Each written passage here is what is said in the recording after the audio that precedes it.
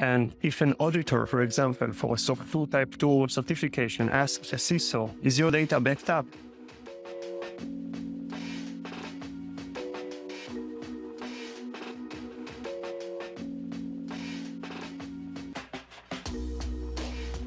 So there's a few different scenarios. If you look at more traditional on-prem solutions, many of them have a certain level of resiliency. From an infrastructure perspective, you can do active configurations and those kinds of things. If you have control of the data and that kind of thing, you can make physical backups and store them in a vault. But as more companies rely on SaaS and get all the benefits of going to SaaS software and cloud software, some of those options go away. And just because the provider is very resilient, some of the providers are exceptionally resilient for their infrastructure, for their system, for their software. But getting back to the shared responsibility model, you're still responsible for making sure that your data is consistent and secure. Maybe you have a backup, but can you recover from it? Having said that, and having the fact that most of the IAM systems that we're working with at Barrett's are moving to SaaS or cloud solutions, even if the data can be exported and can be saved, it's a totally different game to use it in order to recover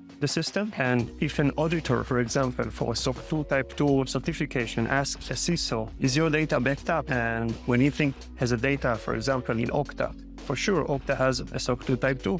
So they probably have backups and disaster recovery for themselves. But if it would have been asked, can you recover your data? Then this question has multiple answers and most of them will be negative, because the data that is being backed up by the vendor is for its use and its availability. It's not given to the customer or open for the customer to be used. It also consists of the last known backup, and you're not able to manage your data through its life cycle to, for example, recover to a different point in time. You had a breach or an internal attack, which made changes to the system that you would like to revert.